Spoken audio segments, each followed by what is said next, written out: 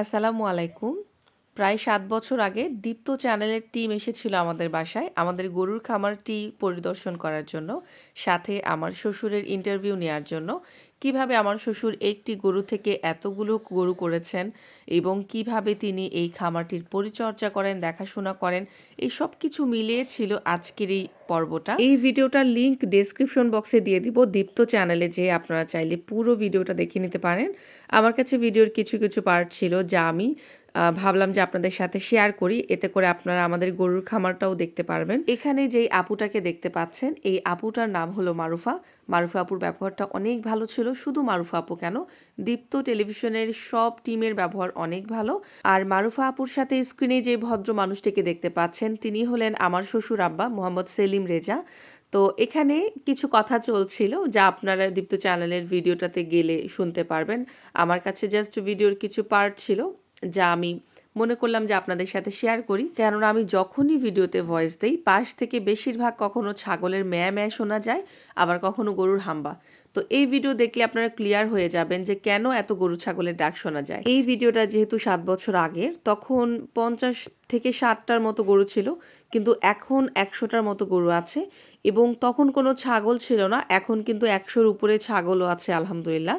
আর আমাদের খামারের নিয়মটা হলো, দোকানিরা যারা আছে, যেমন যারা মিষ্টি বানায় বা যারা চা বিক্রি করে, তারা একসাথে ২০ কেজি ২৫ কেজি করে বিভিন্ন দোকানিরা এসে জোয়ারি হিসেবে নিয়ে যায়।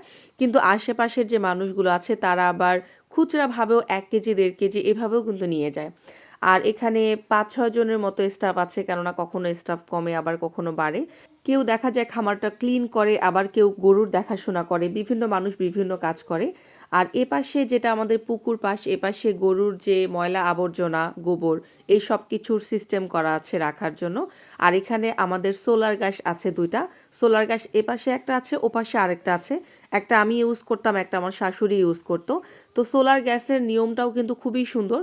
এখানে একেবারে প্রাকৃতিক গ্যাস উৎপন্ন হয়, কেননা আমরা যেহেতু গ্রামে থাকি, এখানে কোনো সাপ্লাই গ্যাস নেই।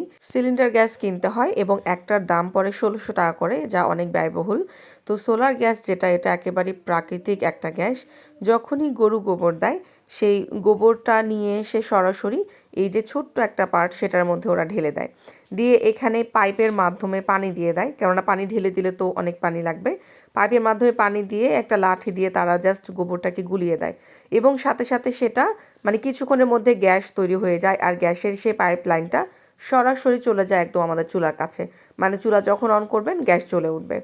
তো এখানে আমাদের যে গরুর বাছুরগুলো, এগুলোকে আলাদা আলাদা করে রাখার সিস্টেম করা আছে, আর বড় গরুগুলোকে আলাদাভাবে রাখার সিস্টেম করা আছে।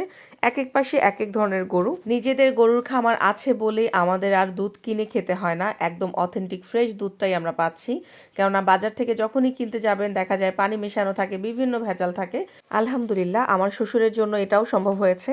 ৭ বছর আগে আমাদের খামার যেমন ছিল এখনও সেরকমই আছে, কেননা এখনের যে ভিডিও ক্লিপটা দেখতে পাচ্ছেন, এটা কিন্তু আজকের মানে কিছুক্ষণ আগেরই জাস্ট করা।